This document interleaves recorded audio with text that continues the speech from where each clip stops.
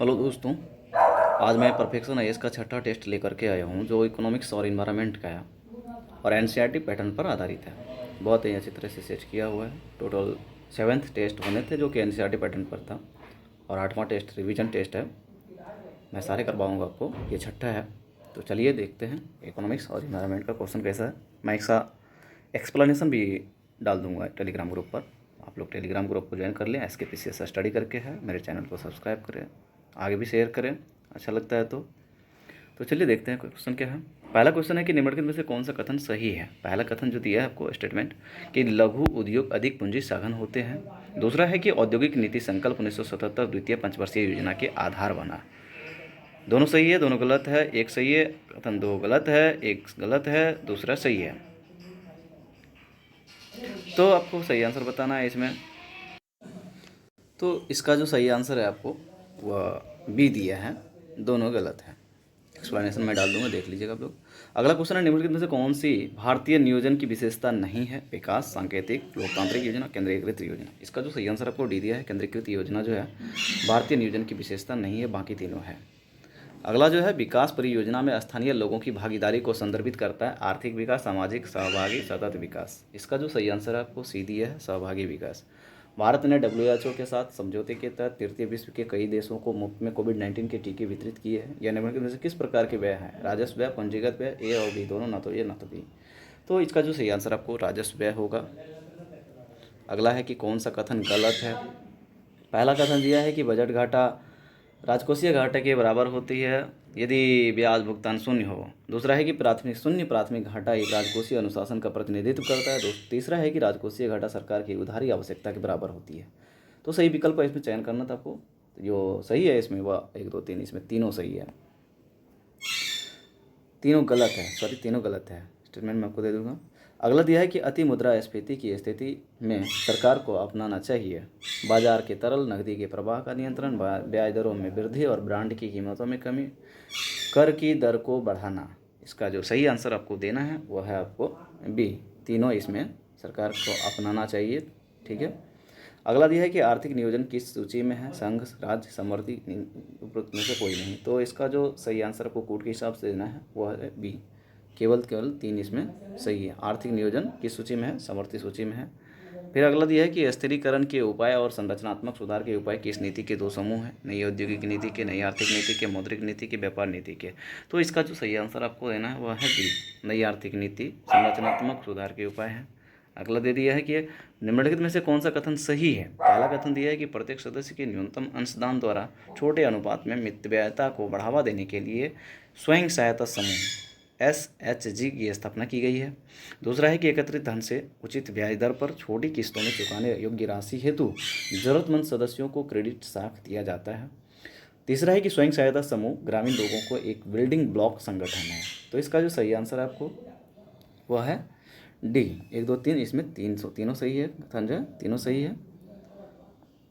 अगर आप लोग बनाना चाहते हैं ना तो मतलब एक करें कि आप लोग पॉज करके बना सकते हैं और फिर आंसर मैं जो बताऊंगा उस हिसाब से आप लोग देख लीजिए। ऐसा भी कर सकते हैं। अगर मैं फास्ट पढ़ रहा हूँ तो आप लोग ऐसा कर सकते हो, पॉज करके पहले बना लो, फिर बाद में देखो कि क्या आंसर हो रही है।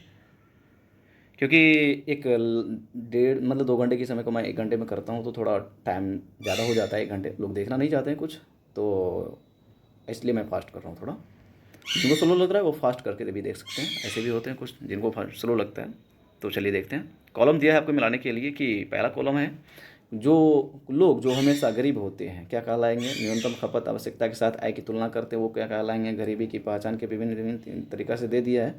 तो इसका जो सही आंसर आपको ए है कि जो लोग हमेशा गरीब होते हैं वो कहलाएंगे चिरकालिक गरीब। जो न्यूनतम खपत आवश्यकता के साथ आय की तुलना करते हैं वो कहलाएंगे आपको पूर्ण गरीब। गरीबी की पहचान के लिए विभिन्न लोगों की आय की तुलना करता है तो वो कहलाएंगे आपको सापेक्ष गरीब। और जो लोग नियमित रूप से गरीब में आते हैं और बाहर निकलते हैं वो कहलाते हैं अनियमित गरीब। अगला जो दिया है आपसे, कौन सा कथन मांग प्रेरित मुद्रास्फीति के लिए सही है। कूट के हिसाब से बताना आपको कौन कौन सा सही है। जनसंख्या और घरेलू खपत बढ़ाना, आय स्तर में वृद्धि, सरकारी व्यय में वृद्धि। तो इसका जो सही आंसर आपको ए दिया है कि 1 2 3 तीनों इसमें से सही है, सरकारी मांग की प्रेरित मुद्रास्फीति के लिए। अगला जो दिया है कि कथन SGSY का पूर्ण रूप।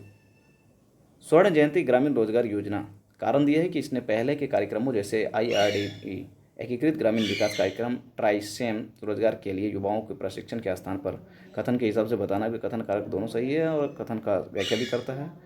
दूसरा जो है कि दोनों सही है लेकिन स्पष्टीकरण नहीं करता है, ये सत्य है परंतु आर गलत है। तो बताइए इसमें से क्या सही है।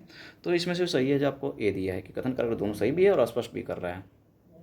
अगला दिया है कि निम्नलिखित में से किस सरकार ने गरीबों की पहचान करने के लिए परिवारों की आय को प्रॉक्सी के रूप में उपयोग किया है। कूट के हिसाब से बताना आपको त्रैमासिक प्रति व्यक्ति है, मासिक प्रति व्यक्ति है, वार्षिक प्रति व्यक्ति है और द्विवार्षिक प्रति व्यक्ति है। तो कौन कौन से इसमें कर रहा है, तो ये केवल और केवल 2 कर रहा है, मासिक प्रति व्यक्ति है। अगला जो दिया है आपसे वह है कि निम्नलिखित में से कौन सा कथन गरीबी अंतर के बारे में सत्य है। वह अनुपात हमेशा जिससे गरीबों की औसत आय गरीबी रेखा से नीचे आती है।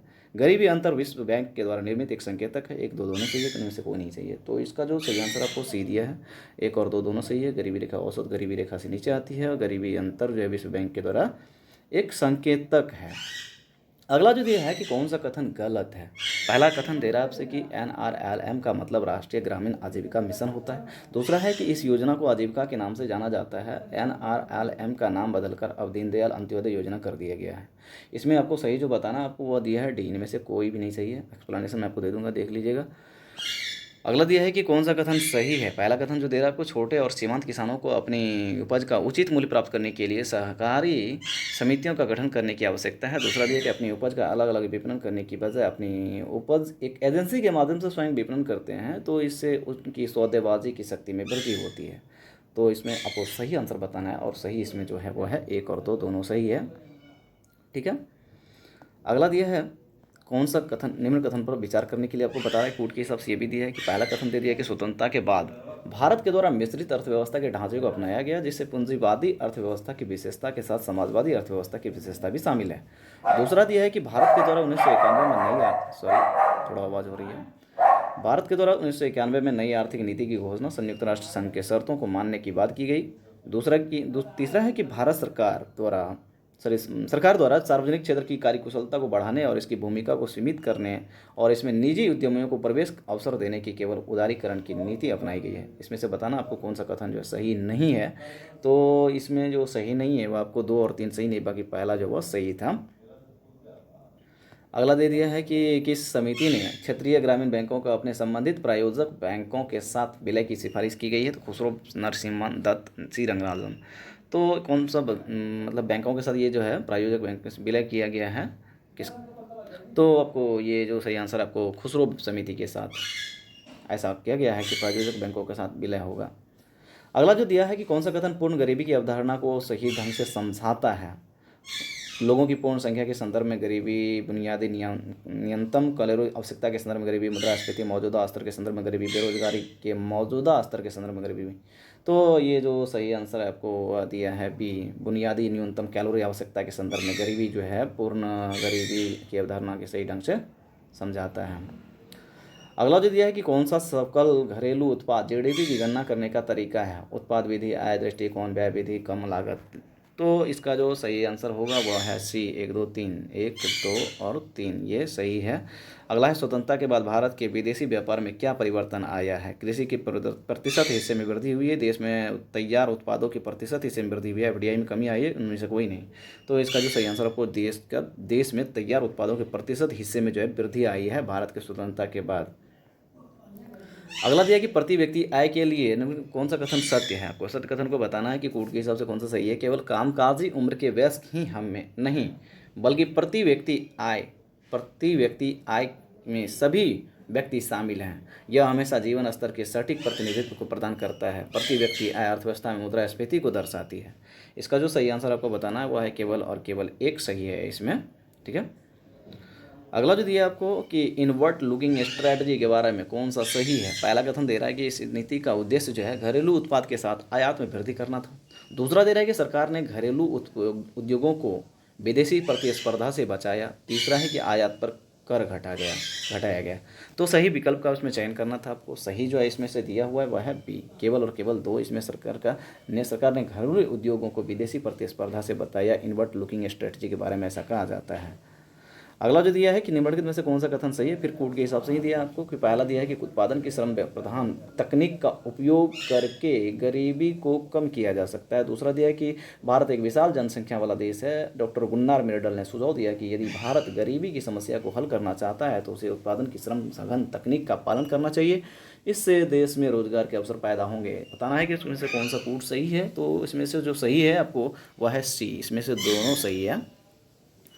अगला दिया है कि निम्नलिखित में से कौन सा राजकोषीय नीति का साधन है, कराधान, सार्वजनिक व्यय, ब्याज दर, सरकारी उधार। तो कौन सा विकल्प सही है, कूट के हिसाब से बताना है आपको। इसमें जो सही है वह 1, 2 और 4 सही है। 1, 2 और 4 सही है। किसके बारे में, राजकोषीय नीति के साधन के बारे में। अगला फिर दिया है कि क्रेडिट रेटिंग के संदर्भ में कौन सा विचार सही है, फिर कूट के हिसाब से दिया है आपको। क्रेडिट रेटिंग समय पर ऋण चुकाने के संबंध में उच्च स्तर की सुरक्षा संभावना व्यक्त करती है। दूसरा दिया है कि क्रेडिट रेटिंग समय पर ऋण चुकाने के संबंध में उच्चतम स्तर की सुरक्षा की संभावना व्यक्त करती है। दूसरा दिया कि बीबी डिफ़ॉल्ट होने के का उच्च स्तर को दर्शाता है। और डी है कि डी डिफ़ॉल्ट घोषित या जल्द ही डिफ़ॉल्ट होने की आशंका को दर्शाता है। तो बताना है इसमें से आपको कोड के हिसाब से कि कौन सा सही है। तो इसका जो सही आंसर आपको बी दिया है कि 3 और 4 सही है इसमें क्रेडिट रेटिंग के बारे में। अगला दिया है कि नियोजन के प्रारंभिक चरण में सार्वजनिक क्षेत्र की प्रमुख भूमिका थी, क्योंकि पहला कह रहा है कि निजी उद्यमियों के पास निवेश के लिए पर्याप्त पूंजी की कमी थी। दूसरा है कि सरकार का उद्देश्य सामाजिक कल्याण था। तीसरा है कि बाजार इतना बड़ा नहीं था कि उद्योगपतियों को प्रमुख परियोजना शुरू करने के लिए प्रोत्साहित कर सके। चौथा है कि मांग की निम्न स्तर। तो सही विकल्प इसमें बताना आपको कोड के हिसाब से कौन सा सही है। तो इसमें जो सही आपको आंसर है वह 1, 2, 3, 4 तीनों सारों सही है इसमें। अगला दिया है कि नॉमिनल जीडीपी के लिए कौन सा कथन सही है। नॉमिनल जीडीपी के बारे में बताना आपको कि कौन सा सही है। पहला कथन कह रहा है कि नॉमिनल जीडीपी की गणना वर्तमान कीमतों के आधार पर की जाती है। दूसरा कह रहा है कि गणना जो है जीडीपी की गणना आधार कीमतों पर की जाती है। तीसरा दिया है कि जीडीपी डेटा वास्तविक जीडीपी की तुलना में अर्थव्यवस्था की एक सटीक तस्वीर दिखाता है। तो इसमें सही आंसर जो आपको दे रहा है कि केवल और केवल एक सही है। नॉमिनल जीडीपी के बारे में क्या है, नॉमिनल जीडीपी की गणना वर्तमान कीमतों के आधार पर ही की जाती है। अगला जो दिया है कि स्टैगफ्लेशन के लिए कौन सा कथन सही है। पहला कूट के हिसाब से आपको बताना है कि इसमें कि अर्थव्यवस्था की ऐसी स्थिति जिसमें मुद्रास्फीति और मंदी एक साथ हो। दूसरा कह रहा है कि अर्थव्यवस्था जहां बेरोजगारी अधिक है। तीसरा कह रहा है कि आर्थिक निकाय दर तीव्र हो। चौथा कह रहा है कि स्टैगफ्लेशन तब होता है जब एक अर्थव्यवस्था एक ही समय में कम बेरोजगारी और कम मुद्रास्फीति का अनुभव करती है। तो इसका जो सही आंसर है आपको वह है डी, 1 और 2 इसमें सही है। स्टैगफ्लेशन के बारे में, अर्थव्यवस्था ऐसी स्थिति है जिसमें मुद्रास्फीति और मंदी एक साथ होती है, अर्थव्यवस्था बेरोजगारी अधिक हो जाती है इसमें। अगला दे रहा है आपसे कि भारत में निम्न मानव पूंजी निर्माण के मुख्य कारण क्या है। शिक्षा, अपर्याप्त संसाधन, उच्च गरीबी स्तर, उच्च क्षेत्रीय और लैंगिक असमानता। कूट के हिसाब से बताना आपको कौन सा सही है इसमें। तो इसमें जो सही है तीनों सही है।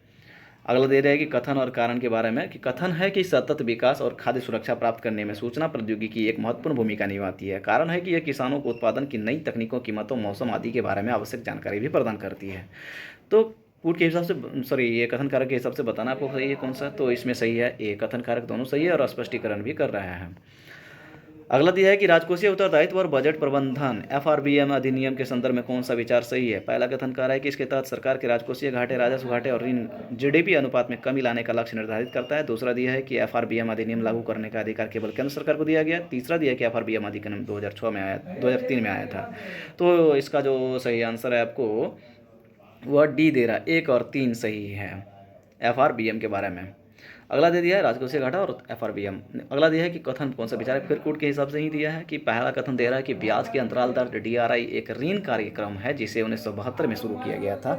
दूसरा है कि इस ऋण कार्यक्रम में सार्वजनिक क्षेत्र के सभी बैंक शामिल नहीं होते हैं और इस ऋण कार्यक्रम के तहत बैंक के द्वारा पिछले साल दिए गए कुल ऋण के 1% को गरीबी में गरीबतम को 4% सालाना ब्याज दर पर उपलब्ध कराती है। कूट के हिसाब से बताना आपको कौन सा सही है इसमें जो सही आंसर आपको वह दिया है, केवल 1 सही है इसमें। अगला दिया है कि 1991 से करों में कमी और कर प्रक्रिया के सरलीकरण का क्या मुख्य कारण है। दोस्तों आप लोग को अगर फास्ट लग रहा है ना कि पॉज करके आप लोग कर सकते हो, टेस्ट मार सकते हो। नहीं तो मैं जैसे कि क्वेश्चन डाल देता हूँ टेलीग्राम पर, तो आप लोग क्वेश्चन ऐसे भी कर सकते हो कि क्वेश्चन बना करके और आंसर यहाँ से मिला सकते हो। जो बनाना चाहते हैं ऐसे भी कर सकते हैं, यहाँ से आंसर देख लीजिए।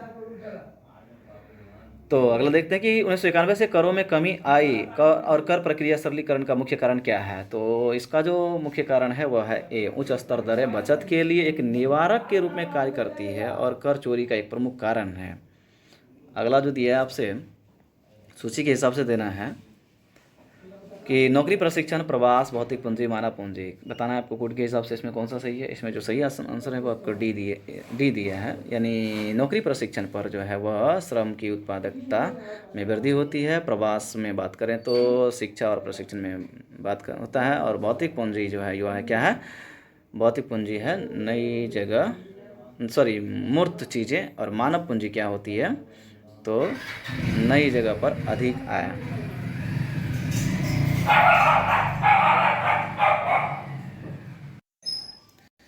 कथन कारण के हिसाब से बताना आपको कि भुगतान संतुलन की पूंजी प्रकृति में अनावर्ती है। कारण है कि पूंजी हस्तांतरण किसी देश की संपत्तियों और देनदारियों को प्रभावित करती है। तो इसमें बताना आपको कौन सा सही है। तो इसमें सही है बी है। आपको कथन और कारण दोनों तो सही है, लेकिन स्पष्टीकरण नहीं कर रहा है। अगला जो दिया है कि कथनों पर विचार करना है आपको कि कथन M1 से M4 की ओर जाने पर मुद्रा की तरलता घटेगी। दूसरा है M4 से M1 की ओर जाने पर खर्च करने की क्षमता घटेगी। तीसरा दिया है कि M1 मुद्रा का इस्तेमाल कर्ज बांटने में भी कर सकता है। तो कोड के हिसाब से बताना आपको कौन सा सही है। इसमें जो सही है आपको केवल 2 और 3 सही है, 2 और 3 सही है, एक गलत है, ये उल्टा दिया, गलत दिया है। M4 से M1 की तरफ जाएगा तब जाके तरलता घटती है। अगला दिया है कि MSP के बारे में कौन सा कथन सही है। तो MSP के बारे में कोड के हिसाब से बताना आपको कृषि कीमतों में किसी भी तेज गिरावट के खिलाफ कृषि उत्पादकों को बीमा करने के लिए भारत सरकार के द्वारा यह बाजार हस्तक्षेप है। दूसरा दिया है कि यह भारत सरकार के द्वारा बुवाई के मौसम की शुरुआत में घोषित किया जाता है। तीसरा है कि सरकार के द्वारा हर 8 महीने में इसकी घोषणा की जाती है। आर्थिक मामलों की कैबिनेट समिति CCEA द्वारा अनुशंसित है। तो कोड के हिसाब से बताना आपको कौन सा सही है। इसमें ये जो सही है आपको 1 और 2 सही है, ठीक है। अगला जो दिया है कि निम्नलिखित में से कौन सा कारक भारतीय अर्थव्यवस्था में चक्रीय मंदी का कारण बन सकते हैं। चक्रीय मंदी का कारण कौन सा बन सकती है बताइए। पूंजीगत संपत्ति, इन्वेस्टरी में अधिक निवेश। दूसरा है कि अंतिम वस्तुओं का उत्पादन अवशोषित नहीं होता है जिससे कीमतें कम होती है और आर्थिक गतिविधि कम होती है। तो कोड के हिसाब से बताना आपको कौन सा सही है। ये जो आपको सही है आपको केवल और केवल 2 सही है इसमें, ठीक है। अगला दे दिया है कि कौन सा कथन राष्ट्रीय खाद्य सुरक्षा मिशन के बारे में सही है। राष्ट्रीय खाद्य सुरक्षा मिशन के बारे में सही है। तो ये जो सही है आपको पहला कथन दे रहा है कि केवल चावल और गेहूं की कुछ फसलों का उत्पादन बढ़ाया। दूसरा है कि इस योजना के कार्यान्वयन के लिए कृषि मंत्रालय जिम्मेवार है। तो आपको बताना है इसमें कौन सा सही है। तो केवल 2 इसमें सही है कि इस योजना के तहत कार्यान्वयन के लिए कृषि मंत्रालय जिम्मेवार है। दूसरा दिया है कि रेपो दर के लिए निम्नलिखित में से कौन सा कथन सही है। पहला कथन दे रहा है कि वाणिज्यिक बैंक सेंट्रल बैंक से सरकारी प्रतिभूतियां खरीदते हैं। दूसरा है वाणिज्यिक बैंक सेंट्रल बैंक से ऋण ले सकते हैं। वाणिज्यिक बैंक अपनी जमा राशि सेंट्रल बैंक के पास रख सकते हैं। चौथा है कि वाणिज्यिक बैंक अल्पकालिक ऋण देते हैं। तो इसका जो सही आंसर आपको वह भी दिया है कि वाणिज्यिक बैंक सेंट्रल बैंक से ऋण ले सकती है। रेपो दर में ऐसा किया जा सकता है। दोस्तों आप लोग अगर कुछ कहना चाहते हैं, कुछ सलाह देना चाहते हैं मेरे इसमें वीडियो में, तो आप लोग मेरे इसमें कमेंट कीजिए। और टेलीग्राम में भी आप लोग ऐसा कमेंट कर सकते हैं कि क्या कमी रह जाती है तो बताइए, मैं उसको पूर्ण करने का कोशिश करूँगा। अगला जो दे रहा है कि कौन सा कथन गलत है। पहला दे रहा है कि क्रेडिट राशनिंग केंद्रीय बैंक का मात्रात्मक क्रेडिट साख नियंत्रण उपाय है। दूसरा है कि उपभोक्ता ऋण विनिमय केंद्रीय बैंक का एक मात्रात्मक ऋण नियंत्रण उपाय है। तीसरा है कि बैंक दर देश के सेंट्रल बैंक के द्वारा उपयोग किया जाने वाला चुनिंदा क्रेडिट साख नियंत्रण उपाय है। तो बताइए किसमें कौन सा सही है। इसमें जो सही है आपको वह है ए। तीनों सही है। इसमें किसके बारे में था, क्रेडिट, अच्छा अलग अलग है, ठीक है, देख लीजिए। अगला जो दिया है कि कौन सा कथन प्राथमिक स्वास्थ्य देखभाल का कार्य करता है। कौन सा कथन प्राथमिक स्वास्थ्य देखभाल का कार्य करता है। तो प्राथमिक स्वास्थ्य देखभाल आवश्यकता दवाएं प्रदान करनी शामिल है। प्राथमिक स्वास्थ्य देखभाल के लिए समस्याओं में संबंधित शिक्षा और जागरूकता फैलाने में शामिल है। प्राथमिक स्वास्थ्य देखभाल अनुसंधान पर कार्य करती है। प्राथमिक स्वास्थ्य देखभाल में उचित पोषण को बढ़ावा देने की बात शामिल है। कोड के हिसाब से बताना आपको कौन सा सही है। तो इसमें जो सही आंसर है आपको 1, 2 और 4, ठीक है, ये सही है। अगला जो दिया है कि RBI पर प्रतिबंधों के बारे में कौन सा कथन सही है। कोड के हिसाब से बताना आपको कौन सा सही है। कथन पहला दे रहा है कि इसे अपने स्वयं के शेयरों और किसी अन्य बैंक कंपनी शेयरों को खरीदने या इसी सुरक्षा पर ऋण देने की मनाही है। दूसरा दे रहा है कि इसे अपनी जमा राशि पर ब्याज का भुगतान करने की अनुमति नहीं है। तीसरा है कि प्रत्यक्ष और अप्रत्यक्ष रूप से व्यापार में संलग्न नहीं हो सकता है। चौथा है कि अचल संपत्ति के खिलाफ ऋण प्राप्त नहीं कर सकता है, उसके विरुद्ध सलाह नहीं दे सकता है। तो कोर्ट के हिसाब से बताना आपको कौन सा सही है। तो इसका जो सही आंसर आपको 1 2 3 4 तीनों चारों सही है, ठीक है। फिर देना है कि कोर्ट के एसओसी के हिसाब से बताना है आपको कि कौन सा कमांडिंग हेड, सनराइज इंडस्ट्रीज, उद्योगों के महत्व, लघु उद्योग, इसमें जो आपको बताना है वह है आपको सही आंसर आपको सी दिया है इसमें कि कमांडिंग हेड्स जो है राजनीतिक महत्व देता है। सनराइज इंडस्ट्रीज जो है वह आपको इलेक्ट्रॉनिक उद्योग होता है, उद्योगों के महत्व के बारे में आपको बताता है, तो वह है दूसरी FYP। और उद्योग, लघु उद्योग जो है ये करवे समिति के बारे में, करवे समिति इसके बारे में बताता है। अगला कथन, औपनिवेशिक शासन के दौरान भारत की जनसांख्यिकी प्रोफाइल के संबंध में गलत कथन आपको बताना है। औपनिवेशिक शासन के दौरान भारतीय जनसांख्यिकी प्रोफाइल के बारे में, जीवन प्रत्याशी 60 वर्ष थी, प्रत्येक 1000 जीवित जन्म पर शिशु मृत्यु दर लगभग 70 थी, समग्र साक्षरता पर 16% से कम था, जन्म दर और मृत्यु दर दोनों काफ़ी कम था। बताना आपको कि कौन सा सही है। तो इसमें सही जो आंसर है आपको ये दिया है 1 2 4 सही है। अगला जो है कौन सा कथन भारतीय आर्थिक नियोजन के संदर्भ में सही है। तो बताइए आर्थिक नियोजन के संदर्भ में कौन सा सही है। पहला दिया कि आर्थिक नियोजन स्वरूप जो है निर्देशात्मक रूप से निर्देशात्मक व्यवस्था ज़्यादा करीब होता है, स्वरूप केंद्रीकृत नहीं होता है, सार्वजनिक क्षेत्रों की महत्वपूर्ण भूमिका निभाता है, साम्यवादी और पूंजीवादी दोनों तत्वों का समन्वय करता है। तो बताना इसमें कौन सा सही है। तो इसमें केवल और केवल एक सही था कि आर्थिक नियोजन के स्वरूप निर्देशात्मक व्यवस्था के ज़्यादा करीब होता है भारतीय आर्थिक अर्थव्यवस्था में। अगला जो दिया है कि सकल घरेलू उत्पाद के बारे में कौन सा है, पूरा लाइन उठा के डाल दिया है कि बताना है इसमें कौन सा सही है। बताइए कौन सा सही है। तो इसका जो सही आंसर है मैं बता दे रहा हूँ, आप लोग पढ़ते रहिए। ये जो दिया है कि नॉमिनल GDP मौजूदा कीमतों पर सभी अंतिम वस्तुओं और सेवाओं का कुल मूल्य है, जबकि वास्तविक GDP स्थिर कीमतों पर सभी अंतिम वस्तुओं और सेवाओं का कुल मूल्य होता है। अगला जो दिया है कि केनेसियन अर्थशास्त्र के बारे में कौन सा सही है। तो कथन पहला जो दे रहा है आपको, केनेसियन अर्थशास्त्र जो है मंदी की अवस्थी के मांग पक्ष समाधान पर ध्यान केंद्रित करता है। दूसरा दे रहा है कि महामंदी के जवाब में अपने सिद्धांतों को विकसित किया, सक्रिय सरकारी नीतियों के उपयोग करने पर ध्यान केंद्रित करता है। तो कोड के हिसाब से बताना आपको कौन सा सही है। तो इसमें जो सही है आपको तीनों सही है, ठीक है, केनेडियन अर्थशास्त्र के बारे में। अगला जो दिया है कि लॉरेंज वक्र के बारे में कौन सा संबंधित है। पहला कथन दे रहा है कि आय और धन के बीच संबंध दिखाता है। वक्र की ढलान जनसंख्या वितरण के प्रत्येक बिंदु पर प्रति व्यक्ति आय के समानुपाती होती है। तीसरा दे रहा है कि आय की पूंजी समानता के मामले में लॉरेंज वक्र एक सीधी रेखा होगी, अधिक वक्रता के साथ असमानता अनुपातिक रूप से बढ़ जाती है। गिनी गुणांक इस असमानता को मापता है। चौथा दे रहा है कि गिनी गुणांक आबादी में आय असमानता की डिग्री को मापता है। कोड के हिसाब से बताना आपको कौन सा सही है। इसमें जो सही है आपको वह है 2 3 4 सही है, पहला गलत था लॉरेंज वक्र के बारे में, ठीक है। अगला है कि ग्रेसम का नियम संबंधित है खपत मांग से, आपूर्ति मांग से, घाटे की वित्त व्यवस्था से, पैसे की प्रसंचरण से। तो आप लोग इसमें जो सही आंसर आपको घाटे की वित्त व्यवस्था ग्रेसम नियम जो है इसमें सम्मिलित है। अगला जो दे रहा है कि कोई अर्थशास्त्री को अर्थशास्त्र का जनक कहा जाता है। बताइए, ये तो पता होगा आप लोग को। ये जो आंसर दिया है ये है एडम स्मिथ को, ठीक है। मैं आपको 31 करवा दिया ना, ठीक है। अगला जो 53 दे रहा है आपको कि कौन सा कथन विचार कीजिए। पहला कथन है कि जनसांख्यिकी संक्रमण समय के साथ साथ जनसंख्या में हुए परिवर्तन को दर्शाता है। दूसरा, जनसांख्यिकी संक्रमण के प्रथम चरण में उच्च जन्म दर के साथ मृत्यु दर भी उच्च होती है। जनसांख्यिकी संक्रमण के द्वितीय चरण में भी उच्च जन्म दर के साथ मृत्यु दर भी उच्च होती है। जनसांख्यिकी संक्रमण के चतुर्थ में निम्न दर जन्म दर के साथ मृत्यु दर भी होती है। तो सही कथन बताना आपको कौन सा सही है। इसमें जो सही आंसर आपको केवल बी सही है, 1 2 और 4 सही है। अगला जो दे रहा है आपसे कि दृश्य निर्यात और दृश्य आयात के बीच अंतर को किस प्रकार परिभाषित किया जाता है। व्यापार संतुलन के द्वारा, भुगतान संतुलन के द्वारा, व्यापार की संतुलित शर्तें, व्यापार से लाभ। तो इसका जो सही आंसर आपसे वह है ए, व्यापार संतुलन जो है दृश्य निर्यात और दृश्य आयात के बीच अंतर को परिभाषित करता है। अगला दे रहा है कि अल्पकालिक सरकारी सुरक्षा पत्र को कहा जाता है हिस्सा, debenture, mutual fund, treasury bill. तो इसका जो सही आंसर है वह दिया है आपसे डी, ट्रेजरी बिल अल्पकालिक सरकारी सुरक्षा पत्र को कहा जाता है। अगला दे रहा है कि श्रम का शोषण तब कहा जाता है जब मजदूरी बराबर सीमांत राजस्व, मजदूरी लेस देन सीमांत राजस्व, मजदूरी ग्रेटर देन सीमांत राजस्व और सीमांत राजस्व इक्वल टू 0। इसमें बताना आपको कौन सा सही है। तो इसमें जो सही आंसर है आपको बी दिया है कि मजदूरी लेस देन सीमांत राजस्व उत्पाद, ये जो है श्रम शोषण तब होता है। अगला दे रहा है कि लोन राइट ऑफ के संबंध में कौन सा कथन विचार करना है, इसमें कौन सा सही है, कोर्ट के हिसाब से दिया है। पहला कथन जो दे रहा है वो है लोन राइट ऑफ में डालने का अनिवार्य रूप से मतलब है कि अब इसे बैंक द्वारा संपत्ति के रूप में नहीं गिना जाएगा। दूसरा दे रहा है कि इस प्रकार राइट ऑफ में डाली गई नई राशि बैंक की कर देयता को कम कर देती है। तो कोर्ट के हिसाब से इसमें सही जो आपका आंसर है वह 1 और 2 दोनों सही है। अगला दे रहा है कि कठोर मुद्रा वह होता है जो, बताइए कौन सा सही है इसमें, विशेष आहरण अधिकार एसडीआर के लिए परिवर्तनीय नहीं है, तरलता के उच्च स्तर के साथ एक मजबूत मुद्रा के रूप में माना जाता है। तीसरा दे रहा है कि अंतर्राष्ट्रीय बाजार में चल रही गतिविधियों के सापेक्ष इसके मूल्य में बदलाव नहीं कर सकता है। तीसरा डी जो दे रहा है कि विदेशी मुद्रा बाजार में प्रचुर मात्रा में है। तो कठोर मुद्रा वह होती है, बताइए क्या होती है, तो ये है तरलता के उच्च स्तर के साथ एक मजबूत मुद्रा के रूप में माना जाता है।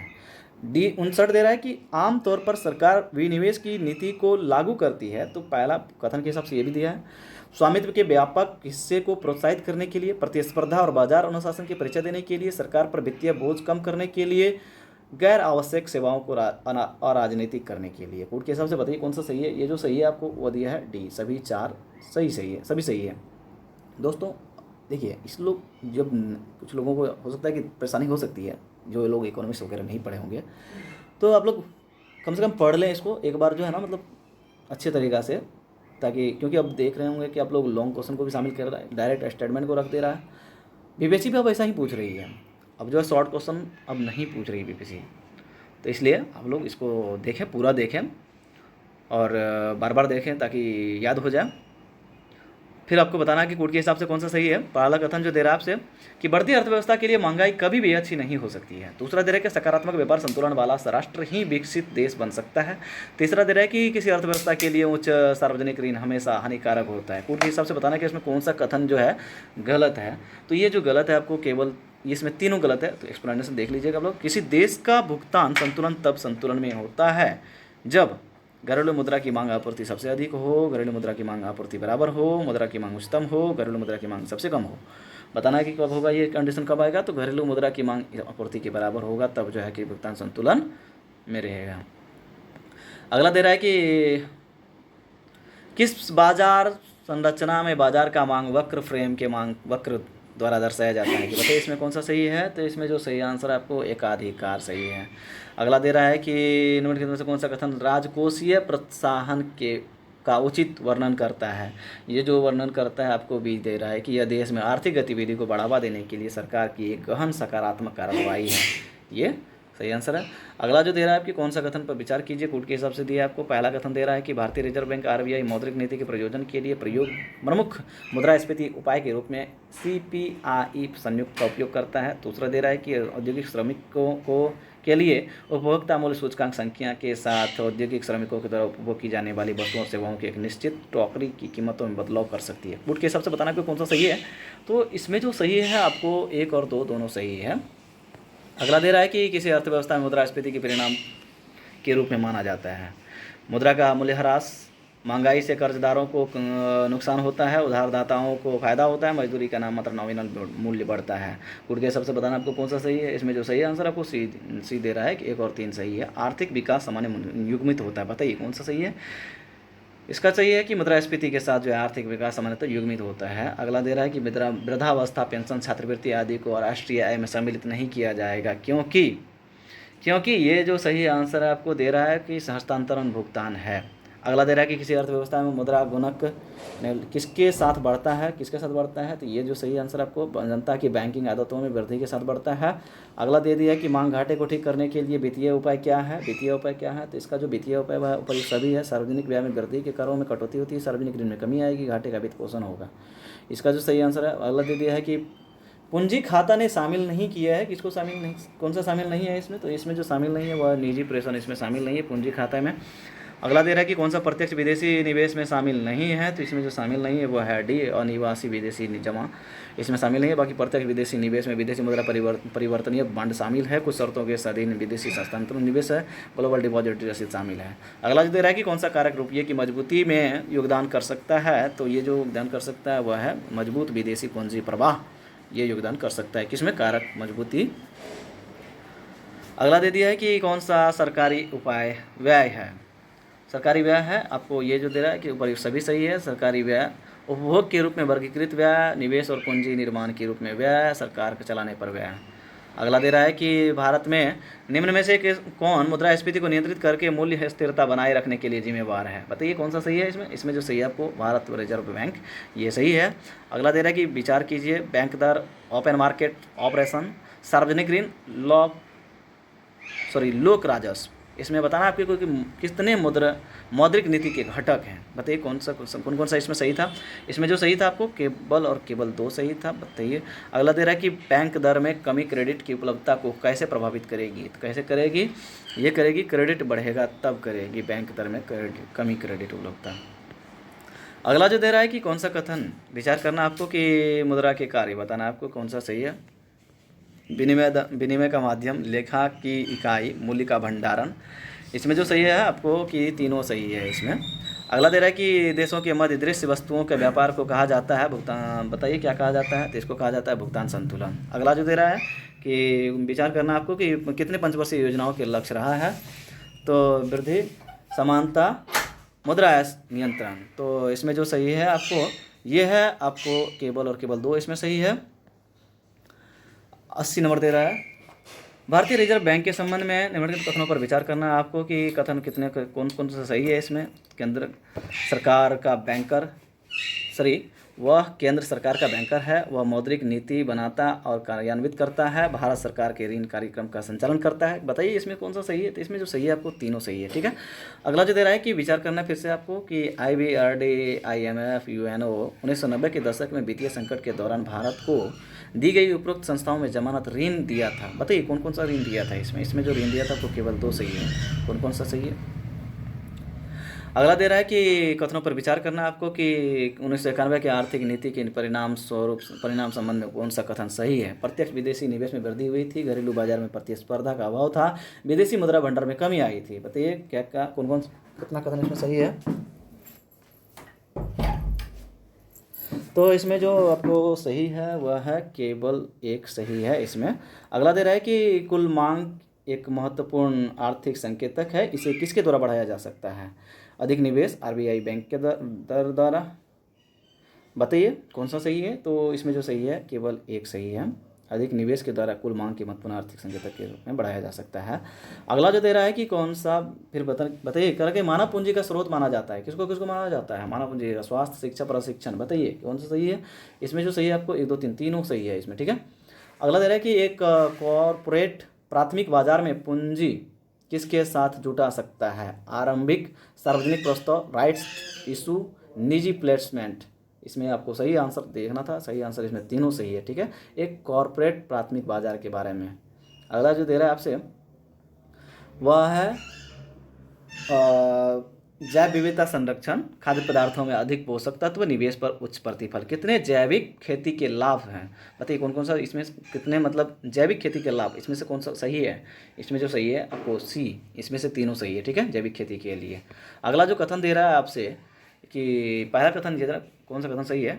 शिशु मृत्यु दर से अभिप्राय 1 वर्ष से कम आयु के शिशु की मृत्यु से होती है। कम दर। दूसरा दिया है कि जन्म दर से अभिप्राय एक विशेष अवधि में प्रति 1000 व्यक्तियों पर जन्म लेने वाले शिशुओं की संख्या से है। तीसरा है कि मृत्यु दर से अभिप्राय एक विशेष अवधि में प्रति 1000 व्यक्तियों पर मरने वाले शिशुओं की संख्या से है। बताना है कि इसमें से कौन कौन सा सही है। तो इसमें जो सही आंसर आपको यह है C, 1 और 2 सही है। शिशु मृत्यु दर अभिप्राय 1 वर्ष से देख लीजिए आप लोग। अगला दे रहा है कि भारत सरकार के द्वारा निर्धनता निवारण हेतु कई योजनाएं बनाई गई है, जिनमें से कुछ इस प्रकार है। बताइए कौन कौन सा इसमें से सही है। कौन सा क्रमानुसार सजाइए कौन सा सही है। तो इसमें जो सही है आपको वह है D, पहला प्रधानमंत्री रोजगार योजना, फिर आता है ग्रामीण रोजगार सृजन योजना, फिर आता है काम के बदले अनाज कार्यक्रम, फिर आता है मनरेगा। अगला कथन दे रहा है कि कोड के हिसाब से कि पहला कथन बताइए कि कौन सा कथन सही है। इसमें ISI एगमार्क या हॉलमार्क लोगों को उपभोक्ता द्वारा खरीदे गए वस्तुओं की अच्छी गुणवत्ता सुनिश्चित करने में मदद करती है। दूसरा है कि एगमार्क लोगों को अनाजों और खाद्य उत्पादों की अच्छी गुणवत्ता को सुनिश्चित करता है। कोपरा वस्तुओं और सेवाओं पर लागू होता है। ISI आभूषण की गुणवत्ता बनाए रखने वाला प्रमाण होता है। तो बताइए इसमें से कौन सा सही है। इसमें जो सही है आपको 2 और 3 सही है, ठीक है। 2 और 3 सही है। कोपरा वस्तुओं की सेवाओं की वस्तु पर लागू होता है। कई मार्क लोगों को खाद्य सुरक्षा गुणवत्ता निश्चित करता है कि सही ही होगा। अगला जो दे रहा है आपसे कोड के हिसाब से दे रहा है कि बताइए कौन सा इसमें सही है। तो इसमें जो सही आंसर आपको बी दिया है कि राष्ट्रीय मानव विकास रिपोर्ट नीति आयोग जारी करता है। मानव विकास रिपोर्ट यूएनडीपी जारी करता है। वर्ल्ड डेवलपमेंट इंडिकेटर्स ये जो है विश्व बैंक जारी करता है। और आर्थिक सर्वेक्षण वित्त मंत्रालय जारी करता है। ठीक है। तो अगला जो दे रहा है आपसे फिर है तनवा नामक परियोजना के संदर्भ में कौन सा कथन सही है। बताइए कौन सा सही है तनवा नामक परियोजना के बारे में। ये जो सही है आपको केवल और केवल एक सही है कि तमिलनाडु में महिलाओं को नवीनतम कृषि तकनीकों का प्रशिक्षण देने का काम किया था ये। अगला जो दे रहा है कि किसानों को भूमि नीति निम्नलिखित में से किस विचारधारा पर आधारित होता है। भूमि नीति के बारे में किसानों को भूमि पट्टे पर दिया जाएगा, भूमि स्वामी बना दिया जाएगा, काश्तकारों को दे दी जाएगी और स्वामी जमींदारों को बना दिया जाएगा। बताइए इसमें से कौन सा सही है। इसमें जो सही है आपको किसानों को भूमि का स्वामी बना दिया जाएगा ये सही है। किसके बारे में तो किसानों की भूमि नीति के बारे में। अगला जो दे रहा है कि अंतर्राष्ट्रीय संगठनों पर विचार करना आपको आसियान, सार्क, G20, G7 इसमें से बताना है आपको कि अंतर्राष्ट्रीय संगठनों में से भारत किसका सदस्य है। तो ये जो सही आंसर आपको बी दिया है कि 2 और 3 सार्क और G20 जो है अंतर्राष्ट्रीय संगठनों पर विचार करना ये सही है। अर्थव्यवस्था में पूंजीगत वस्तुओं में नए योग का माप निवेश अर्थव्यवस्था और नई पूंजी रचना के द्वारा कौन होती है जिसे अभिव्यक्त किया जाता है। बताइए इसमें से कौन सा सही है। इसमें जो सही आंसर आपको ए दिया है कि निबल निवेश, सकल निवेश और मूल्य ह्रास माइनस होता है। अगला दे दिया है कि संरचनात्मक बेरोजगारी किसके कारण उत्पन्न होती है। संरचनात्मक निवेश जो उत्पन्न होती है वह होती है अपर्याप्त उत्पादन क्षमता के कारण। अगला दे रहा है कि कुटुंबश्री के संदर्भ में कौन सा कथन सही है। पहला जो दे रहा है आपको कथन बताइए इसमें कुटुंबश्री के बारे में। कुटुंबश्री जो बारे में जो सही होगा वह है केरल प्रांत में महिलाओं की ओर उन्मुख एक निर्धनता निवारण सामुदायिक विकास कार्यक्रम होता है। कुटुंबश्री क्या है केरल में प्रांत महिलाओं की ओर उन्मुख एक निर्धनता निवारक और सामुदायिक विकास कार्यक्रम होता है। अगला दे रहा है कि सांसद कुछ क्वेश्चन को मैं डायरेक्ट आंसर बता रहा हूँ इसलिए बता दे रहा हूँ कि लॉन्ग है उसको पढ़ने में मतलब टाइम वेस्ट करने से बेहतर है कि मैं डायरेक्ट आंसर बता दे रहा हूँ आप लोग उसको पढ़िए। हाँ जिसको बनाना हो तो पॉज करके बना सकते हैं फिर बाद में आंसर देख सकते हैं ऐसा भी कर सकते हैं आप लोग। मैं मौका भी देता हूँ स्क्रीन पे मतलब पहले क्वेश्चन आता है फिर मैं पढ़ता हूँ फिर जाके आंसर बताता हूँ तो इतना देर में आप पॉज करने का मौका भी मिलेगा आपको। अगला जो दे रहा है कि सांसद आदर्श ग्राम योजना के संदर्भ में कौन सा कथन पर विचार करना है आपको। कि पहला जो कथन दे रहा है कि इस योजना की शुरुआत अक्टूबर 2015 में की गई थी। इस योजना के तहत भारत सांसदों को एक गाँव की पहचान करने के लिए और विकास करने की जरूरत होती है। तीसरा दे रहा है कि सांसदों के द्वारा चुने गए गाँव में खुद का या अपने पति या पत्नी का गाँव भी हो सकता है। इसमें बताना कि कौन सा कथन सही नहीं है ये बताना है आपको। तो इसमें जो सही नहीं है वह आपको बी 1 और 3 सही नहीं है बाकी 2 सही है। ठीक है।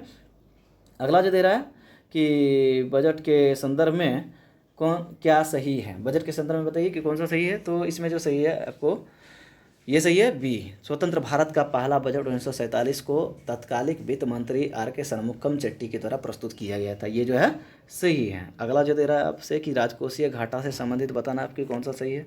राजकोषीय घाटा से संबंधित जो सही है वह है आपको ए। बजटीय घाटे का योग और सरकार का बाजार ऋण और दायित्व ये सही है। अगला जो दे रहा है आपसे कथनों पर विचार करना आपको कि कौन सा कोड के हिसाब से दे दिया है कि कौन सा सही है। इसके बाद GI टैग के बारे में आप लोग अच्छी तरह से जानते होंगे। बताइए कौन सा सही है।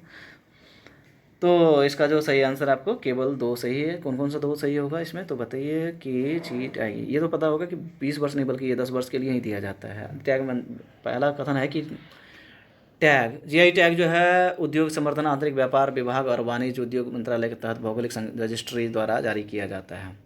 चौथा है कि GI रजिस्ट्री पोर्टल के मुताबिक बिहार में 10 से ज़्यादा उत्पादों को GI टैग मिल चुका है। यही दोनों सही होगा। ठीक है। अगला जो दे रहा है आपसे दूसरा दे रहा है कि टैग बौद्धिक संपदा अधिकारों ट्रिप्स व्यापार संबंधित पहलुओं IMF के द्वारा समझौते किया जाता है। IMF के द्वारा तो किया जाता है सही है ये भी। अगला जो दे रहा है कि कौन सा कथन सही है। तो इसका आंसर सिर्फ 2 था 2 तो देख लिए हम लोग। अगला जो दे रहा है कि कौन सा विचार बताइए सही है। उपरोक्त में से कौन सी क्रियाएं पृथ्वी के कार्बन चक्र कार्बन डाइऑक्साइड जोड़ती है। कौन कौन सा इसमें सही है। पृथ्वी कार्बन चक्र में कार्बन डाइऑक्साइड जोड़ती है कौन कौन सा क्रिया। प्रकाश संश्लेषण शोषण जैव पदार्थों का अपचय ज्वालामुखी क्रिया है। इसमें जो सही होगा आपको C 2 3 4 जो है ये सही है। किसके बारे में पृथ्वी कार्बन चक्र के कार्बन डाइऑक्साइड के बारे में। सौर विकिरण की सबसे महत्वपूर्ण भूमिका है किसका।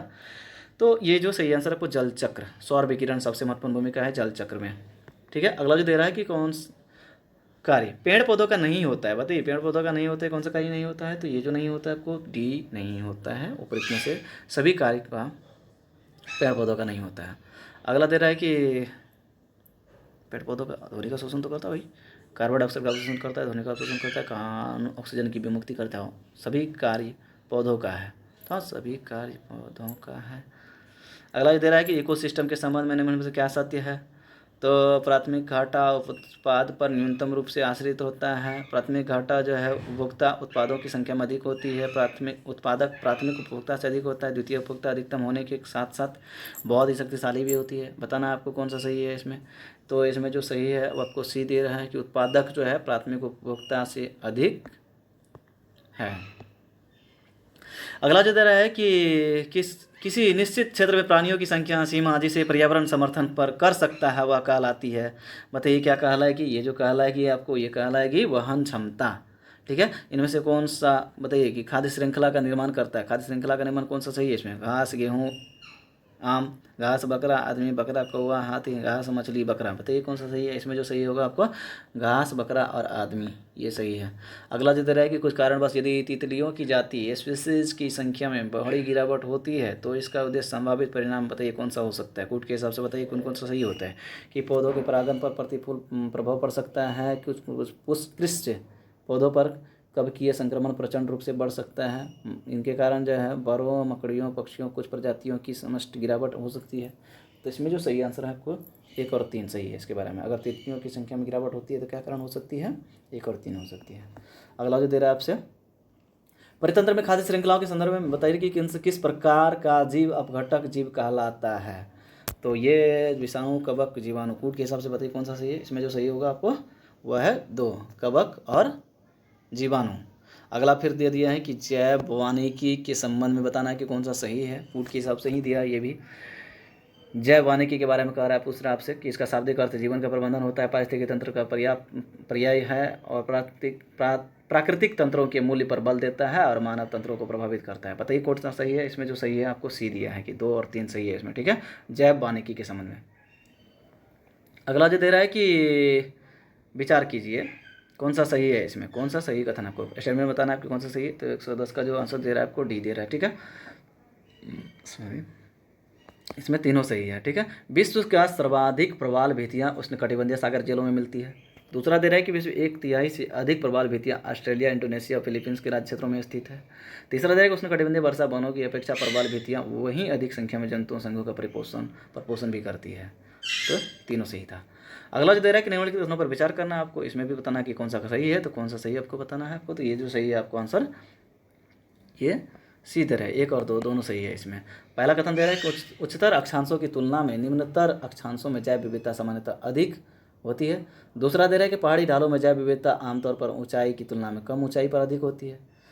अगला क्वेश्चन है कि भारत में जैव विविधता के ताप स्थल हॉट स्पॉट बताइए। हॉट स्पॉट के बारे में जानते होंगे आप लोग। तो कहाँ कहाँ स्थित है। पूर्वी घाट, पश्चिमी हिमालय एवं पूर्वी घाट, पश्चिमी हिमालय और सुंदरवन, पूर्वी हिमालय, पश्चिमी घाट, पूर्वी हिमालय एवं शांत घाटी। बताइए कौन कौन सा सही है इसमें। जो सही आंसर आपको वह है सी, पूर्वी हिमालय और पश्चिमी घाट जो है हॉट स्पॉट क्षेत्र कहलाता है। अगला जो दे रहा है कि वन को पृथ्वी ग्रह के फेफड़े के रूप में जाना जाता है। टैगा वन, टुंड्रा वन, अमेजन वर्षा वन, उत्तर पूर्वी वर्षा वन। इसमें आपको सही आंसर ये था अमेजन वर्षा वन। ठीक है, अगला जो दे रहा है कि कौन सा एक पारिस्थितिकी तंत्र की जैव विविधता बढ़ोतरी के लिए उत्तरदायी नहीं है। तो उत्तरदायी इसमें से कौन सा नहीं है। जैव विविधता के लिए पारिस्थितिकी तंत्र का उत्पादन करता है, मध्य व्यवधान करता है, तंत्र पारिस्थितिकी तंत्र की आयु, पोषण स्तरों में कमी। तो इसका जो सही आंसर आपको डी दे रहा है। ठीक है, पोषण स्तरों की कमी करता है, ये पारिस्थितिकी तंत्र का सही नहीं है। जैव विविधता के संरक्षण के लिए महत्वपूर्ण रणनीति बताइए कौन सा सही है। महत्वपूर्ण रणनीति क्या है इसमें सही। इसमें जो सही है आपको जैव मंडल रिजर्व जो है जैव विविधता संरक्षण के लिए महत्वपूर्ण रणनीति है। अगला जो दे रहा है कि एक प्रवाल विरंजन का सबसे अधिक प्रभावी कारक बताइए क्या है। विरंजन करने की बात कर रहा है कि सागरीय प्रदूषण, सागरों की लवणता में वृद्धि, सागरीय जल के सामान्य तापमान में वृद्धि, रोगों एवं महासागरियों का महामारियों का फैलना, ये कारण बताइए कि कौन सा सही है इसमें। महासागरीय जल के सामान्य तापमान में अगर वृद्धि हो जाए तो प्रवाल विरंजन कर जाएगा। ठीक है, अगला जो दे रहा है कि कथनों पर विचार करना आपको कौन सा सही है। तो कौन सा सही है इसमें बताइए। कथन के हिसाब से अंडमान निकोबार द्वीप समूह में लवण जल मगर पाया जाता है। मालाबार क्षेत्र के पश्चिमी घाटों में सुरु और टैपीर पाए जाते हैं। ये टाइप दे दिया है, बताइए कौन सा सही है इसमें? जो सही आपको दे दिया है वह है ए, केवल और केवल एक से ही अंडमान निकोबार द्वीप समूह में लवण जल मगर पाया जाता है। ठीक है, अगला जो दे रहा है कि ग्रीन हाउस इफेक्ट वह प्रक्रिया है जिसमें पौधे उगाने के लिए समान तापमान प्राप्त किया जाता है, जो वायुमंडल या कार्बन डाइऑक्साइड द्वारा इंफ्रारेड विकिरण शोषित करने के लिए जाने वायुमंडल का तापमान बढ़ता है, जिसमें बंजर पर्वतों और पहाड़ियों को हरा भरा किया जाता है, जिसमें गहरे पानी का रंग हरा नजर आता है। इसमें जो सही आंसर आपको बी होगा। ठीक है, जिसमें वायुमंडल या कार्बन डाइऑक्साइड के द्वारा इंफ्रारेड विकिरण को शोषित करके वायुमंडल का तापमान बढ़ता है, ये सही है। ठीक है, अगला जो दे रहा है ग्रीन हाउस प्रभाव में योगदान देने वाली घटता क्रम बताइए कौन सा सही है? ग्रीन कौन कौन से इसमें प्रभावित करती है? तो ये जो प्रभावित करती है CO2 सबसे ज़्यादा, फिर CH4, फिर CFC, फिर N2O। ठीक है, अगला जो दे रहा है कि वायुमंडल में कार्बन डाइऑक्साइड की बढ़ती हुई मात्रा से वायुमंडल का तापमान धीरे धीरे बढ़ रहा है, क्योंकि कार्बन डाइऑक्साइड वायुमंडल में उपस्थित जलवाष्प को अवशोषित कर उसकी ऊष्मा को संचित करता है, विकिरण में परावैंगनी अंश को अवशोषित करता है, संपूर्ण सौर विकिरण को अवशोषित करती है, सौर विकिरण के अवरक्त अंश को अवशोषित करती है। इसमें जो सही आंसर आपको देना है वह है डी। ठीक है, सौर विकिरण के अवरक्त अंश को अवशोषित करती है क्या? कार्बन डाइऑक्साइड की बढ़ती हुई मात्रा। अगला जो दे रहा है आपसे कि गैसों में कौन सी एक गैस धरती पर जीवन के लिए हानिकारक और लाभदायक दोनों है? Oxygen, ozone, nitrogen, carbon dioxide. इसमें जो सही आंसर है आपको वह है डी। ठीक है, कार्बन डाइऑक्साइड। अगला है फिर विचार करना है आपको कि धान की खेत, कोयले की खनन, पालतू पशु, आर्द्र भूमि। इसमें से बताना है कि ग्रीन हाउस गैस मीथेन के स्रोत कौन कौन सा है? इसमें जो है डी सही है, सभी सही है। ठीक है, अगला जो दे रहा है कि कौन एक सर्वाधिक भंगुर पारिस्थितिकी तंत्र है जो वैश्विक तापन द्वारा सबसे पहले प्रभावित होगा? इसमें जो प्रभावित होगा सबसे पहले वह है आर्कटिक और ग्रीनलैंड हिम चादर, बाकी नहीं होगा। अगर सर्वाधिक भंगुर परिस्थिति के तंत्र में जैविक तापन हो जाता है तो आर्कटिक और ग्रीनलैंड हिम चादर प्रभावित होगा। ब्लू कार्बन क्या है? ब्लू कार्बन के बारे में बताना आपको कि महासागरों और तटीय परिस्थितिक के तंत्रों के द्वारा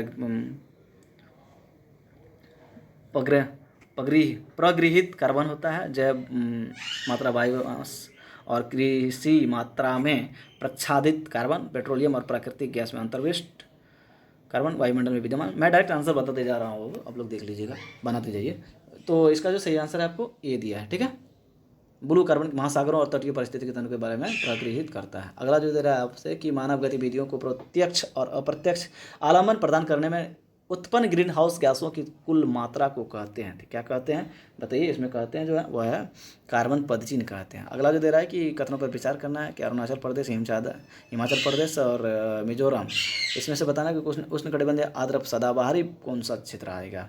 सदाबहारी क्षेत्र आएगा, तो ये है 1 और 3, अरुणाचल प्रदेश और मिजोरम, ये जो है उष्णकटिबंधीय सदाबहार बन पाएगा, सदाबहार है। किस प्रकार के वनों में अधिकतम पादप विविधता पाई जाती है? तो ये जो पाई जाती है ये पाई जाती है उष्णकटिबंधीय सदाबहार वन में पादप विविधता पाई जाती है। अगला जो दे रहा है आपकी कूट के हिसाब से देना आपको कि कूट के हिसाब से कौन सा सही है। ठीक है, ये जो कूट के हिसाब से बताइए कैसे। भारत में अधिनियमों का नाम और वर्ष बताना है कि वन संरक्षण अधिनियम कब आता है, पर्यावरण संरक्षण अधिनियम, वायु प्रदूषण निवारण नियंत्रण, जल प्रदूषण नियंत्रण अधिनियम, बताना ये। तो इसका जो सही आंसर आपसे वह है डी, सभी सही है। वन संरक्षण अधिनियम 1980 में आता है, पर्यावरण संरक्षण 1986 में आता है, वायु प्रदूषण नियंत्रण और निवारण जो है 1981 में, जल प्रदूषण नियंत्रण अधिनियम 74 में आता है। अम्ल वर्षा होती है, अम्ल वर्षा पता है क्या होती है? अम्ल वर्षा जो होती है ये होती है बादल के जल और सल्फर डाइऑक्साइड प्रदूषकों के मध्य प्रतिक्रिया के फलस्वरूप ये होता है। ठीक है, अगला जो दे रहा है कि कूट के हिसाब से संस्थान और शहर बताना है आपकी। वन अनुसंधान संस्थान कहाँ पर है, भारतीय चारागाह और चारागाह अनुसंधान संस्थान कहाँ पर है, केंद्रीय शुष्क क्षेत्र अनुसंधान संस्थान कहाँ पर है, और भारतीय कृषि अनुसंधान संस्थान कहाँ पर है। इसका जो सही आंसर आपसे बी दे रहा है। ठीक है, ये जो है वन अनुसंधान संस्थान कहाँ पर है, तो देहरादून है। भारतीय चारागाह एवं चारा अनुसंधान संस्थान झांसी में है, और केंद्रीय शुष्क क्षेत्र अनुसंधान संस्थान ये कहाँ है, तो ये है हाँ ये को जोधपुर में है। भारतीय कृषि अनुसंधान संस्थान कहाँ पर है, तो ये नई दिल्ली में है। अगला जो दे रहा है आपसे कूट के हिसाब से ये भी है कि त्वचा कैंसर, ध्वनि प्रदूषण, वैश्विक तापमान, ओजोन क्षेत्र किस कारण से प्रभावित होगा बताइए। ये जो प्रभावित होगा वह है बी, त्वचा कैंसर जो है वह परावैंगनिक कारणों से होगा, प्रकाश से होगा। ध्वनि प्रदूषण जो है वह डेसिबल के कारण होता है। वैश्विक तापमान जो है वह वैश्विक तापमान कार्बन डाइऑक्साइड के बढ़ने से होता है। ओजोन क्षेत्र जो बन जाती है ये होती है क्लोरोफ्लोरोकार्बन के कारण जो होते हैं। अगला जो दे रहा है आपसे कि कौन सा सुमेलित नहीं है, कार्टाजेना प्रोटोकॉल बायोसेफ्टी है, स्टॉकहोम सम्मेलन अनवरत जैविक प्रदूषण, मॉन्ट्रियल प्रोटोकॉल ओजोन परत, कोटो प्रोटोकॉल जल संरक्षण। इसमें बताना है आपको कि कौन सा सही है। इसमें जो सही है आपको कोटो प्रोटोकॉल जल संरक्षण के बारे में, ये गलत है, बाकी सही है। अगला जो दे रहा है कि 33 जलवायु कार्रवाई ट्रैकर क्लाइमेट एक्शन ट्रैकर जो विभिन्न देशों के उत्सर्जन उपचयन के लिए दिए गए वचनों की निगरानी करता है वह क्या है, बताइए। वह जो कही है वह है अनुसंधान संगठनों के गठबंधन के द्वारा निर्मित डेटाबेस होता है, ठीक है, ये सही है। बाकी अगला जो दे रहा है कि कूट के हिसाब से नहीं दिया है, कि कूट के हिसाब से बताइए कौन सा सही है। उष्णकटिबंधीय वन बताइए किधर पाया जाएगा, शंकु वृक्ष, कच्छ वनस्पति, मैंग्रोव, पतझड़ वन, बताइए कहाँ कहाँ पाया जाएगा। ये जो सही आंसर होगा आपको डी होगा, ठीक है। ये जो है उष्णकटिबंधीय वन जो है साइलेंट वैली में, शंकु वृक्ष वन हिमाचल प्रदेश में, कच्छ वनस्पति मैंग्रोव वन, सुंदरवन, पतझड़ वन राजस्थान। अगला दे रहा है कि बीटी कपास नहीं है, कौन सा बताना है कि इसमें बीटी कपास नहीं है। एक जीएम प्लांट कीट प्रतिरोधी, एक जीवाणुजन्य प्रणाली, एक कीटनाशक के लिए प्रतिरोधी, बताइए। इसमें जो सही आंसर है आपको डी दे रहा है, सभी कीटनाशकों के लिए प्रतिरोधी है। सब प्राकृतिक जल में जलीय पौधों और प्रस्फुटन करने वाली शैवाल की उपद्रव वृद्धि आमतौर पर उच्च सांद्रता के कारण होती है। इसमें से किसके कारण होती है, तो ये होती है फास्फोरस के कारण, ठीक है। अगला दे रहा है कि निम्नलिखित युग्मों पर विचार करना है आपको कि कौन सा सही सुमेलित है। तो नोक्रेक जीवमंडल रिजर्व, गारो पहाड़ी, लोकटक बहरल, नामदफा, कौन सा सही है इसमें से, तो ये जो सही है केवल और केवल एक सही है इसमें, नोक्रेक जीवमंडल जो है गारो पहाड़ी में स्थित है। अगला दे रहा है कि निम्नलिखित में से कौन सा एक नेशनल पार्क इसलिए अनूठा है कि वह एक प्लवन यानी फ्लोटिंग वनस्पति से युक्त अनूप स्कैम्प होने के कारण समृद्ध और विविधता को बढ़ावा देता है। किसके बारे में ऐसा कहा जाता है, बताइए। ये कहा गया है किसके बारे में, तो ये कहा गया है आपको केबुल लामजाओ नेशनल पार्क के बारे में। क्या कहा जा रहा है कि प्लवन फ्लोटिंग वनस्पति से युक्त अनूप स्कैम्प कारण समृद्ध और विविधता पाई जाती है। अगला दे रहा है कि क्षेत्रफल की दृष्टि से जैवमंडल रिजर्व का घटता हुआ क्रम बताइए कौन सा होगा। जैवमंडल रिजर्व का क्षेत्रफल की दृष्टि से सबसे बड़ा कौन सा है, तो इसमें जो सही आंसर आपको मन्नार की खाड़ी, फिर सुंदरवन, फिर पंचमढ़ी और कंचनजंगा, इस प्रकार से है। अगला दे रहा है कि कुछ के हिसाब से भारत के मरु राष्ट्रीय उद्यान के संदर्भ में बताना कि कौन सा सही है। दोनों जिलों में विस्तृत होता है उद्यान, अंदर कोई मानव वास स्थल नहीं होता है, ग्रेट इंडियन बस्टर्ड प्राकृतिक आवासों में से एक है। इसमें जो सही आंसर आपको बताना था ये है आपको सी, 1 और 3 सही है, ठीक है। अगला दे रहा है कि असहभोजिता दो प्रजातियों के बीच एक संबंध है जहाँ क्या होगा, तो ये जो सही आंसर है आपको बी, एक प्रजाति के नुकसान होता है, दूसरा अप्रभावित रहता है। असहभोजिता में क्या होता है, एक प्रभावी जो है नुकसान, एक प्रजाति को नुकसान होता है, दूसरा अप्रभावित रहता है। अगला जो दे रहा है कि जंगल में अच्छी तरह से उगने वाली शाकीय पौधों का क्या होगा यदि इसे जंगल के बाहर किसी पार्क में प्रत्यारोपित किया जाए, तो क्या होगा, तो ये जो होगा ये होगा आपको इसकी सूक्ष्म जलवायु में परिवर्तन के कारण जीवित नहीं रह सकता है। अगला दे रहा है कि पारिस्थितिक कर्मता निकेत, बताइए कौन सा सही है इसके बारे में। ये जो सही है आपको ये सही है कि समुदाय के भीतर एक प्रजाति भौतिक स्थिति और कार्यात्मक भूमिका निभाती है, पारिस्थितिकी कर्मता निकेत, ठीक है। अगला दे रहा है कि कवक और जीवाणु जैसे घटक हैं स्वपोषी, परपोषी, मृतोपजीवी, कीमो का ऑटोट्रॉफ, रसायन पोषी। इसका जो सही है आपको सी है, 2 और 3 सही है, 2 और 3 सही है। कवक और जीवाणु के बारे में, परपोषी है और मृतोपजीवी भी है। अगला दे रहा है कि जल में प्राथमिक अनुक्रमण के समुदाय का क्रम बताइए, इसमें कौन सा सही है। इसमें जो सही है आपको डी, ठीक है। फाइटोप्लैंक्टन, जड़ वाले जलमग्न हाइड्रोफाइट्स, तैरते हुए हाइड्रोफाइट्स, रीढ़ दल, सेज, घास का मैदान और पेड़। किसके बारे में था, प्राथमिक अनुक्रमण के बारे में। अगला दे रहा है कि गैसीय प्रकार के जैव भू रासायनिक चक्र के लिए जलाशय मौजूद है, ये जो मौजूद है आपको वायुमंडल, ठीक है। अगला दे रहा है कि कौन सी एक प्राकृतिक पारिस्थितिकी तंत्र के द्वारा प्रदान की जाने वाली पारिस्थितिकी तंत्र सेवा है, इसमें से कौन सा सही होगा, तो इसमें जो सही होगा वो है डी, ऊपर के सभी सही है। पोषक तत्व किसके बारे में, प्राकृतिक पारिस्थितिकी तंत्र के बारे में। पोषक तत्वों का चक्रण होगा, मृदा अपरदन की रोकथाम होगा, प्रदूषण अवशोषण और ग्लोबल वार्मिंग खतरे में आएगी। इसमें बताना आपको कि आपको फीचर कहाँ मिलेगा, पिचर प्लांट कहाँ मिलेगा, ये जो मिलेगा आपको उत्तर पूर्व भारत के वर्षा वन में, ठीक है, पिचर प्लांट। अगला जो दे रहा है कि कॉलम 1 और कॉलम 2 के बारे में, डोडो, कुग्गा, थाइलेसीन, एस्टेलर की समुद्री गाय, कौन सा सही है इसमें बताना आपको। लास्ट सेकंड क्वेश्चन है ये डी दे रहा है आपको, ठीक है। डोडो जो है वह मॉरिशस में, कुग्गा जो है अफ्रीका में, थाइलेसीन जो है वो आपको ऑस्ट्रेलिया में, और एस्टेलर समुद्री गाय जो है आपको रूस में पाया जाएगा। लास्ट क्वेश्चन है कि नीचे वर्णित पारिस्थितिकी तंत्र में अधिकतम जैव विविधता कहाँ पाई जाएगी। कच्छ वनस्पति, मैंग्रोव में, रेगिस्तान, प्रवाल भित्तियाँ, अल्पाइन घास के मैदान में। बताइए कहाँ पाया जाएगा, तो ये पाया जाएगा प्रवाल भित्तियाँ में, वर्णित पारिस्थितिकी तंत्र में अधिकतम जैव विविधता। थैंक यू दोस्तों देखने के लिए।